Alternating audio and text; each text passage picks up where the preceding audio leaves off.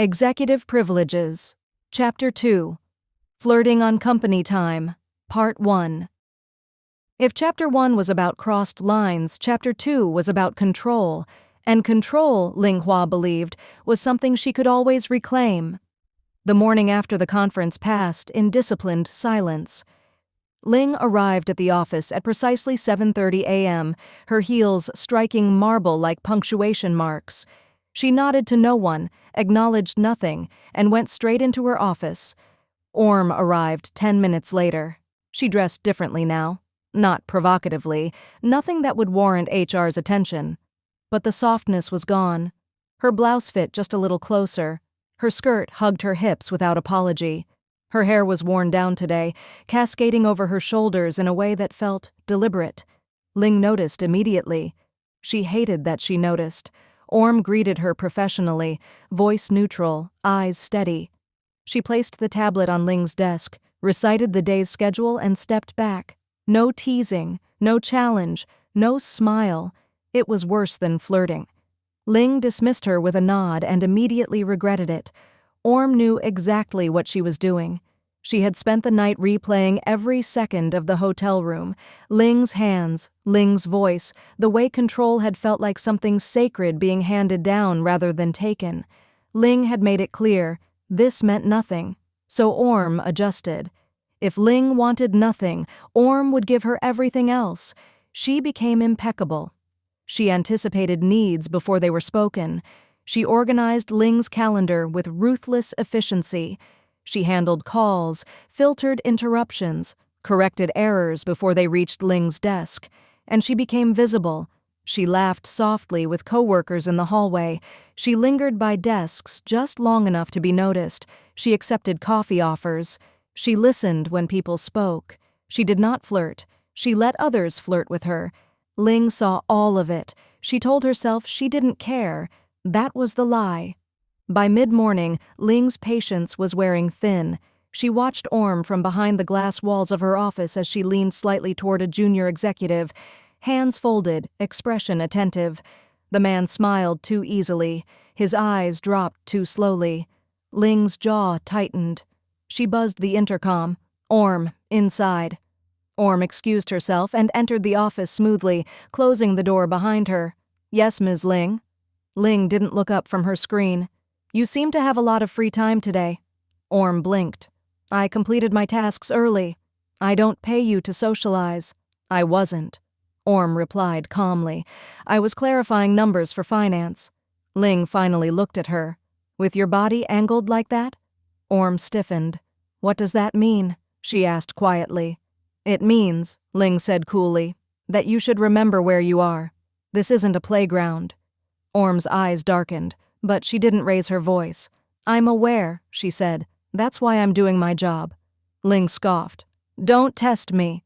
Orm met her gaze. I'm not. You are. The silence stretched. Ling stood abruptly. Get back to work. Orm turned to leave, then paused. Ms. Ling, she said softly, if you don't like how I behave, you can tell me.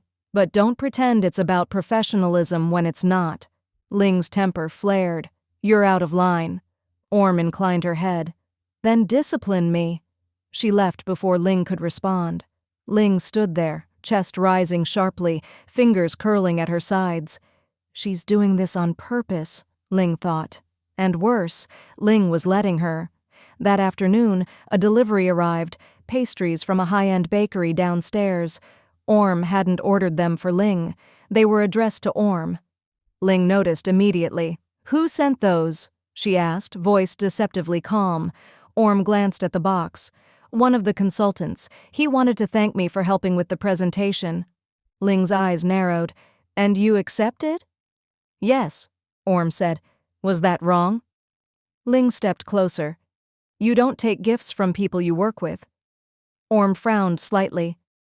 You've accepted wine from clients. That's different. How? Ling opened her mouth, then closed it.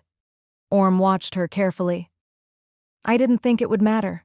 Ling's voice dropped. You should think. Orm nodded slowly. Then I'll remember. She turned away. Ling watched her go, irritation coiling tight in her chest. This wasn't supposed to happen. She was the one who dictated terms. She was the one who withheld, who controlled, who decided when and how affection was granted. So why did it feel like Orm was the one setting the pace now? By the end of the week, the office had noticed. People whispered about Ling's new secretary, the way executives lingered when she spoke, the way Ling's mood seemed to shift depending on where Orm was. When a visiting partner stopped by Ling's office unannounced, Orm intercepted him calmly, professionally. "Ms. Ling is unavailable," she said with a polite smile. "Can I help you?" The man grinned. "You can tell her I'll wait." Orm didn't smile back. "You won't." Ling watched the interaction through the glass. She felt something sharp and unfamiliar twist in her chest. Possessiveness. That night, Ling stayed late. So did Orm. When Ling finally emerged from her office, Orm was at her desk, typing quietly. "You can go," Ling said. Orm looked up. "I'm finishing this." "It can wait." Orm shook her head. "It won't take long." Ling hesitated, then said, "You've been pushing lately." Orm's fingers stilled. "Pushing?" "Yes," Ling said. "At work, with people, with me." Orm considered her for a moment. "I'm just being myself." Ling laughed humorlessly. "That's exactly the problem." Orm stood, stepping closer. "Then what do you want me to be?" Ling didn't answer. Orm's voice softened. "You told me to behave. I am. You told me not to want more. I haven't asked." She looked up at Ling. "But you don't get to be angry that other people notice me when you refuse to." Ling's control slipped, just a fraction. "You're not allowed to use your body like that," she said sharply. Orm stiffened. "Like what? Like you don't know exactly what you're doing." Orm's eyes flashed. "I'm not property." Ling's voice dropped, dangerous. "Not yet." The air between them went still. Orm stepped back. "Good night, Ms. Ling." She left. Ling stood alone in the dim office, heart pounding. She had meant to scare her. Instead, she had revealed too much. Outside, Orm leaned against the wall and exhaled shakily. Her hands trembled, but her resolve didn't. "You're watching now," she thought. Good. Part 2. The next morning, Ling arrived at the office with a storm already brewing inside her chest. She had slept poorly, her mind restless with the image of Orm at the desk the night before, calm, efficient, deliberate, and infuriatingly self-possessed. The thought of Orm knowing just how much she affected her made her stomach tighten. Orm, for her part, arrived looking like nothing had happened. Her hair was neatly tied back, the blouse crisp, skirt modest. Her expression was serene, neutral, but Ling knew better. She had seen the calculation behind her calm, the subtle awareness of what buttons she could press, the slow, tantalizing way she leaned slightly forward over a desk or brushed past someone, sending Ling's pulse quickening. Orm did not greet her verbally. She placed the morning schedule on Ling's desk with precision, and then, just before stepping back, she allowed her fingers to brush Ling's wrist, light, unassuming, but intentional. Ling felt the spark shoot up her arm before she could react. She swallowed, forcibly looking down at her tablet. Orm straightened, face composed, eyes steady. "I didn't touch you," Orm said softly, though the edge of amusement lingered. "You did," Ling whispered, her voice sharp, though slightly breathless. "Don't think I didn't feel it." Orm tilted her head. "I'm aware." The words were simple, understated, but there was a weight behind them, a subtle claim, as if she was marking territory without anyone noticing. Ling's jaw clenched. She tried to force herself back into executive mode, but her body betrayed her. The sharp catch of her breath when Orm leaned slightly closer over the desk. The way her pulse jumped when Orm's leg brushed against hers while passing behind her chair. The controlled way she smiled at Ling when Ling's eyes met hers across the office floor. She had told herself she would maintain discipline. She had told herself she would not indulge. Yet every glance, every subtle movement of Orm's was a deliberate provocation that she could not ignore. The office felt charged that morning. Other employees noticed it, whispered in corners, exchanged glances, but no one dared speak openly.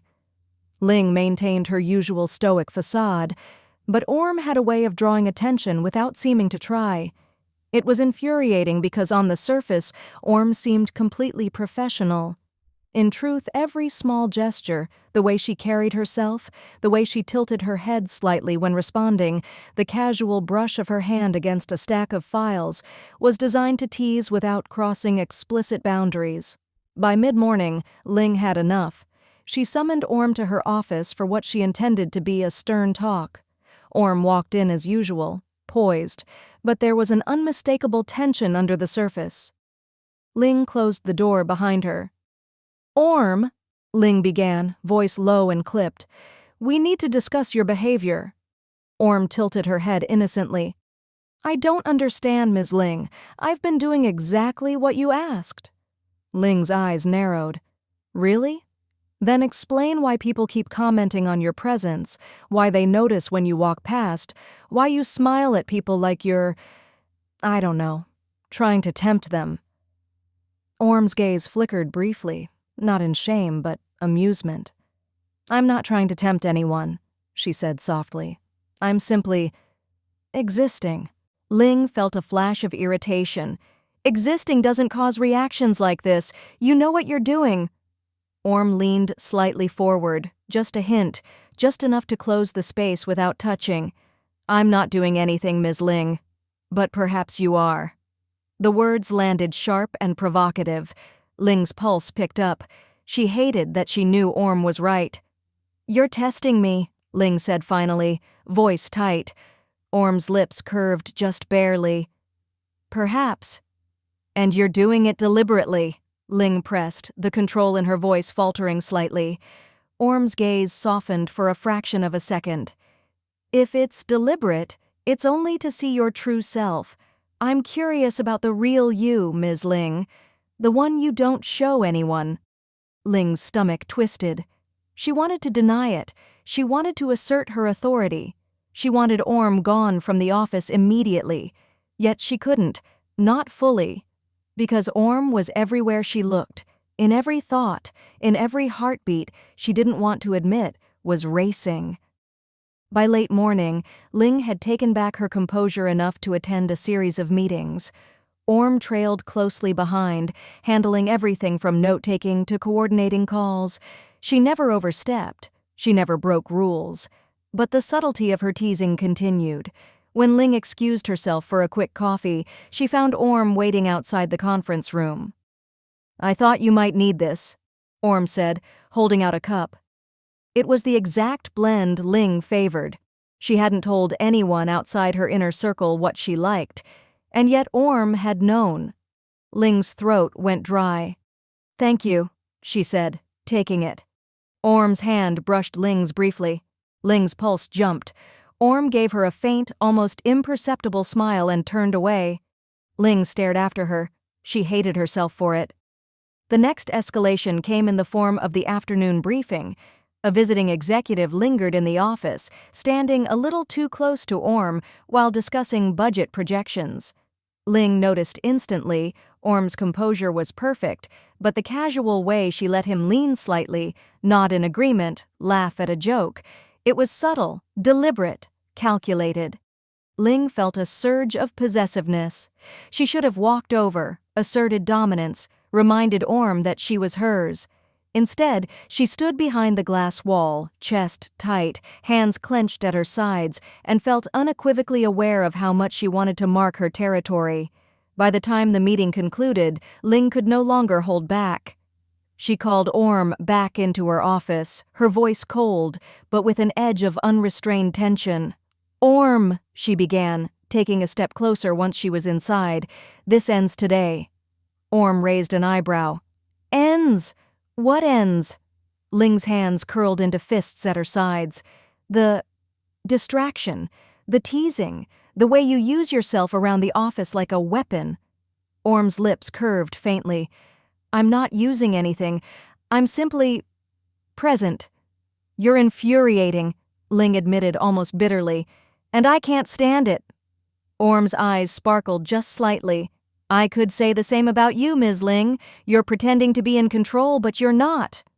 The air between them crackled. Ling's body reacted before her mind did. She wanted to assert dominance. She wanted to punish. She wanted to pull Orm close and make her understand exactly who owned what. Instead, she turned abruptly. Go. Finish your work. Orm paused at the door. I'll finish it. But remember, Ms. Ling. Her voice was quiet, teasing, intimate. I'm always paying attention. She left. Ling's chest rose and fell rapidly. She was burning, frustrated, infuriated, captivated. She had told herself she could control this. She had told herself she would enforce boundaries. And yet, Orm had already rewritten the rules. Later that evening, Ling returned to the office to review reports. Orm was still there, meticulously filing documents, her posture perfect, her expression calm. Ling closed the door behind her, and for a moment, they simply stared at each other across the room. You're impossible, Ling muttered. Orm tilted her head. Am I? Ling strode across the room suddenly, each step deliberate, threatening, dominant. You think you can push me and get away with it? Orm's smile was slight but unwavering. I'm not pushing, I'm exploring. You're the one who hasn't stopped me yet. Ling's hand brushed against Orm's as she passed. A spark ignited. She should have recoiled. She should have stopped. But she didn't. Orm's eyes widened just slightly, not with fear, but with recognition. Recognition that Ling was losing control. Careful, Ling warned, voice low, breath shallow. I'm capable of punishing. Orm leaned closer, daring, playful. Then I'll take my punishment. Ling's jaw tightened. She didn't respond verbally. Instead, she stood there, chest tight, mind spinning with the implications of this challenge. Orm smiled faintly and returned to her work, leaving Ling standing alone in the dim office, fully aware that she had lost the first battle of control, and that the war had only just begun. Part 3. By the end of the day, the office itself seemed to hold its breath. Ling's focus was razor sharp, but her thoughts kept drifting to Orm. Every movement she made, every file she signed, every email she sent was punctuated by memories of Orm's subtle provocations, light touches, teasing smiles, the calculated tilt of her head that made even the most mundane interactions feel deliberate and personal. Orm, as always, was impeccable. She finished her tasks efficiently, organized the next day's schedules, and left her desk only when necessary. Nothing appeared amiss. She obeyed the boundaries Ling had imposed, but at the same time, she had pushed them further than Ling was comfortable admitting. Ling sat in her office long after the others had left. The lights dimmed low, casting sharp reflections on the glass walls. She had intended to review documents quietly, but instead, she found herself staring at Orm's desk across the office, imagining the slight curve of her neck, the way she sat so straight yet subtly drew attention, the faint smile that had no business being so sharp. Ling exhaled, frustration and desire tangling together. She's playing a game I can't win, Ling admitted to herself. Orm returned from the copy room, carrying a stack of papers. She set them down precisely where Ling preferred, then glanced up. Ling didn't acknowledge her at first. Orm tilted her head slightly. You're quiet, Orm said softly, almost teasing. Long day? Ling's eyes met hers, hard and sharp. Yes. Orm took a step closer, just enough to cross the invisible line without touching. Would it help if someone relaxed you? Ling's pulse spiked, her jaw clenched. I am relaxed, she said, but her voice betrayed her. Orm smiled faintly, faintly wicked. You don't sound relaxed. Ling rose abruptly, striding around her desk, trying to reclaim control. Do you think this is a game? Orm's lips curved knowingly. I don't play games, I just see how far I can go before you lose your composure. Ling's chest tightened. She wanted to scold, to punish, to demand obedience, but she also felt something deeper. A dangerous, undeniable attraction that she had tried for weeks to suppress, and she hated it. You're infuriating, she admitted, voice low. I know, Orm said, stepping back but keeping her gaze steady. And yet, you can't stop thinking about me. Ling's hands curled into fists. How does she always know? Orm's presence was magnetic. Her control was intentional, calculated. Ling had thought she could dominate, could instruct, could guide. But Orm was not naive. She was deliberate. She was confident in her subtlety. She was, despite her youth and inexperience, already in command in ways Ling couldn't admit, and it drove Ling insane. Later, during a routine office check-in, a male colleague lingered near Orm's workspace, chatting casually. Ling observed from her office window. Orm was polite, smiling softly, nodding at his comments. Ling's chest tightened. She hated what she was feeling. Jealousy, possessiveness, longing. She couldn't intervene openly. The office was still operational, and she needed to maintain appearances. Yet the way Orm handled herself, calm, compliant, teasing without overstepping, made her pulse race. She wanted Orm to know she saw everything. She wanted to mark her territory without being overt. When the colleague finally walked away, Orm looked at Ling across the room. Just for a moment. No words, no gesture beyond a faint, knowing smile. And that smile ignited Ling's frustration further. She hated that smile. She hated that she wanted that smile. The climax came later that evening. Ling had returned to the office to finish reviewing documents before heading to dinner. The rest of the staff had gone home. Orm remained at her desk, finishing tasks meticulously. Ling stepped into the room, eyes fixed on her. Orm looked up, calm, collected, but the air between them had thickened, charged with unspoken tension. "You're impossible," Ling muttered, pacing slowly. Orm tilted her head. "Am I?" Ling moved closer, closing the distance deliberately. "You think you can test me like this and I won't react?" Orm's lips curved faintly. "I'm not testing you. I'm seeing how much you can take before admitting what you want." Ling stopped, chest heaving. She hated how truthful the words felt. "You," she began, voice sharp and low. She wanted to command, to punish, to assert control. But Orm remained calm, unflinching, teasing in the most maddening way. Orm's gaze locked on hers. "Do it," she whispered. "Show me." The command, so subtle, so deliberate, ignited something inside Ling. It wasn't fear. It wasn't lust in its simplest form. It was something more dangerous, a desire to dominate, to mark, to assert ownership, yet also a growing admiration for the girl who had walked right into her world and refused to bend completely. Ling grabbed her wrist, not harshly, but firmly, pulling her close. Orm didn't resist. Instead, she tilted her head, eyes locked on Ling's. The tension stretched taut. Ling's other hand brushed a strand of hair from Orm's face, fingertips grazing the cheekbone lightly, deliberately. Orm's breath hitched just slightly. Ling felt a thrill of power and frustration all at once. "You're mine," Ling whispered, low and sharp. Orm's lips curved faintly, knowingly. "I'm yours. If you earn it." The words were audacious, bold, defiant, yet submissive in a way that made Ling's control feel irresistible. Ling pulled her closer, pressing briefly, demanding attention without overstepping boundaries that could break the fragile power play between them. Orm's hands rested lightly on Ling's chest, not resisting, but testing, measuring, acknowledging the tension. They held that position for a moment longer than either should have allowed. Ling's mind spun. Anger, desire, frustration, longing, admiration, possessiveness, all colliding at once. Finally, she released her grip. Orm straightened, chest rising, eyes bright, and smiled faintly. "You're impossible," Ling said again, a mixture of irritation and awe. "And you love it," Orm replied softly. Ling froze. The words cut deeper than any slap, any reprimand. She hated that she knew Orm was right. Orm returned to her desk, composed, calm, professional.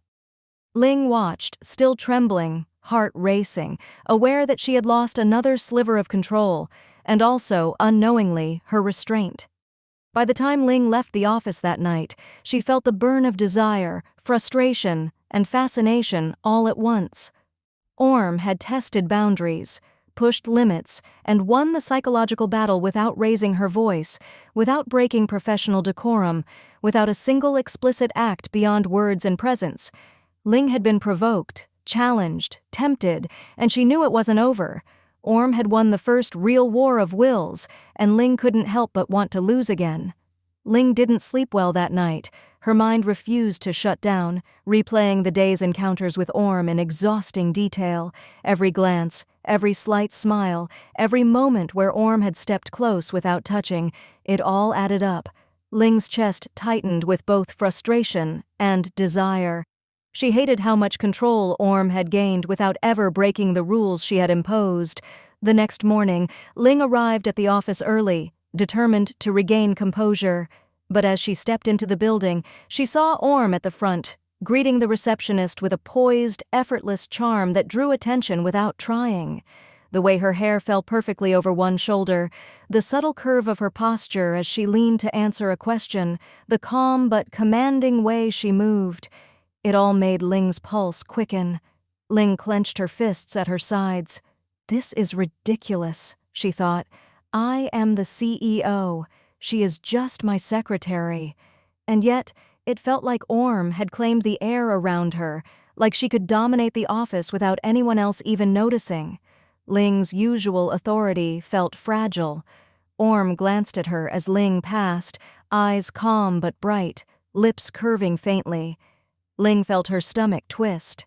That smile, it wasn't innocent. It was deliberate, teasing, and somehow marking territory.